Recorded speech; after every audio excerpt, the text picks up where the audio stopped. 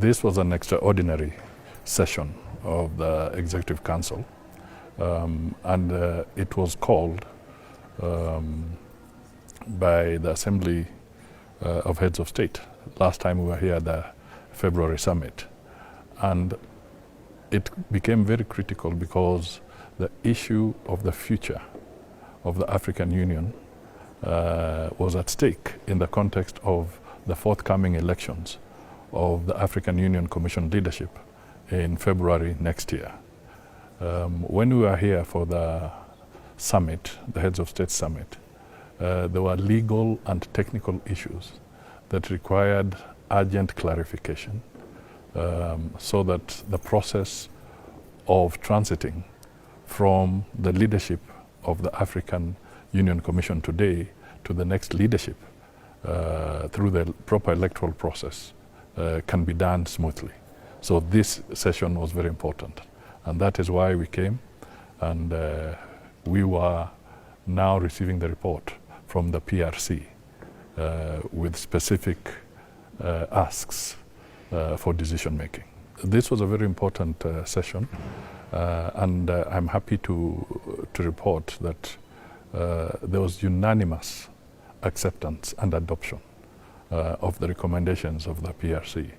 This was critical because it affirmed the position that had been taken earlier by the Assembly of Heads of State, that in order to bring more equity and diversity within the African Union, the rotational principle becomes very, very important.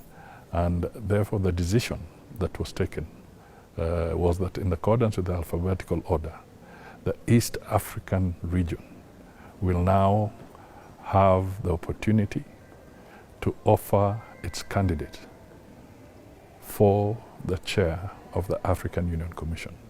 And the Northern region shall have the opportunity to offer its candidate for the deputy chair.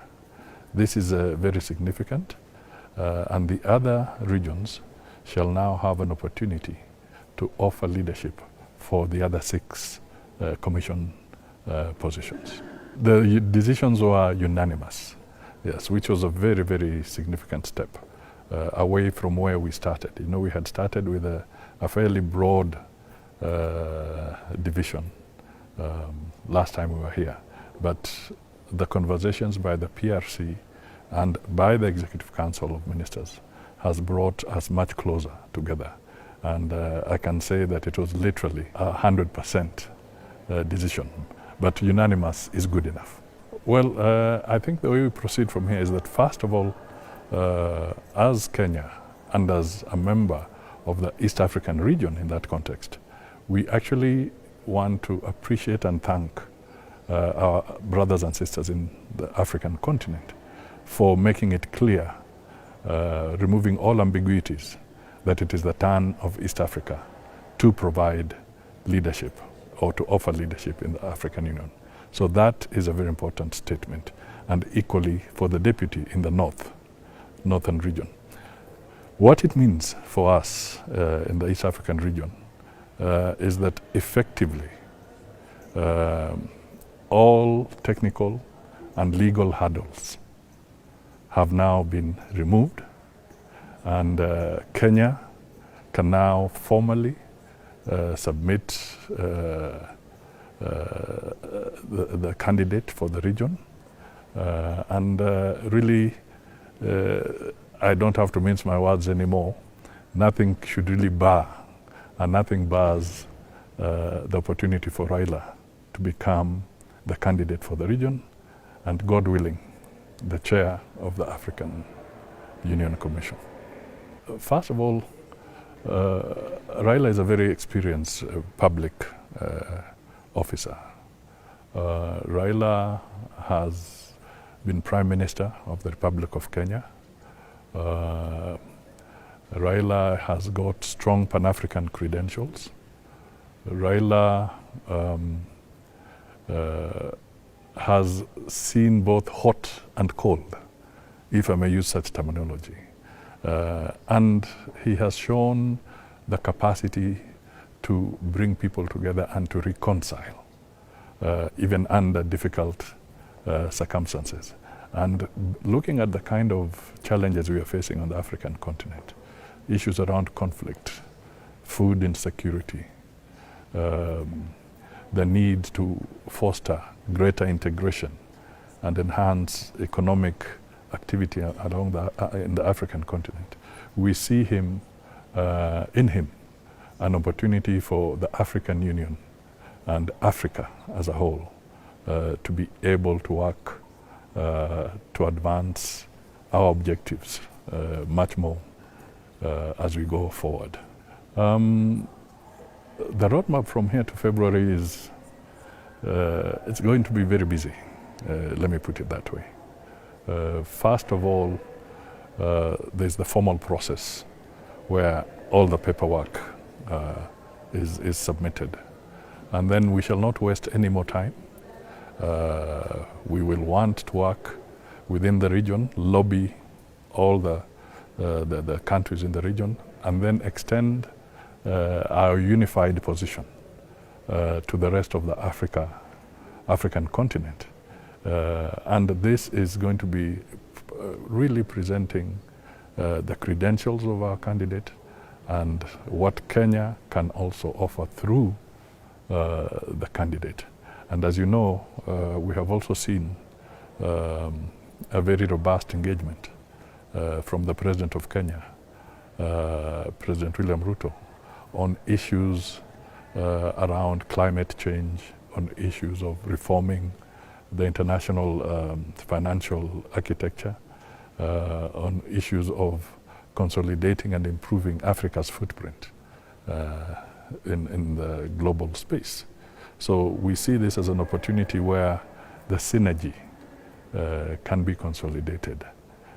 And indeed, the African heads, when they were here in February, also nominated President William Ruto to take up Kagame's mantle in furthering the reform process within the African Union. So we believe there's a strong synergy, and we are offering Africa a very credible candidate. One of the things is that we will need to be very coherent. And I think before I maybe conclude my remarks, it is important that I acknowledge the role played by the ambassador here, Orina, the Ministry of Foreign Affairs team, that all worked to make sure that we have arrived where we are. These men and women, both here in Addis and in Nairobi, have been actually burning the midnight oil to make sure that we have logical, well-reasoned arguments anchored in law on the challenges that we believe have been now resolved by the Executive Council of the Ministers. So as we go forward, that unity of purpose, that teamwork, and also bearing in mind that we'll need to work with our brothers and sisters in the other countries as well, will be absolutely essential going forward, not just for the election, but indeed for the well-being of the African Union as a whole. Permanent Representatives Committee of the African Union brings together the ambassadors of the 55 AU member states. Their role at the AU is to prepare for the meetings of the Executive Council and the Assembly. Their main function is to look at the various reports submitted by the Africa Union Commission and which are to be considered by the Executive Council, and to try and build consensus around the issues that are going to be deliberated and to recommend draft decisions to the Executive Council for consideration. We had meetings to look at the draft report on the preparations for the elections of the senior leadership of the AU Commission, elections that are to be held in February 2025. The ambassadors came together to look at the report, identify what the key issues that require decisions were, and to make recommendations that then have been submitted this morning to the Executive Council for consideration, including a draft decision on the key decision points. For the very first time on such an important topic as the election of the senior leadership, the Permanent Representatives Committee presented unanimous recommendations and a report adopted by all to the Executive Council. Among the key elements of the draft decision was the question of the eligibility of the various regions to submit candidates for various positions. The East African region was recommended to provide candidates for the position of the chairperson. The Northern Africa region would submit candidates for the position of the deputy chairperson, while the other three regions, that is the Central, the Southern and the Western Africa regions, will compete openly for the remaining 6 positions of commissioners at the AU Commission.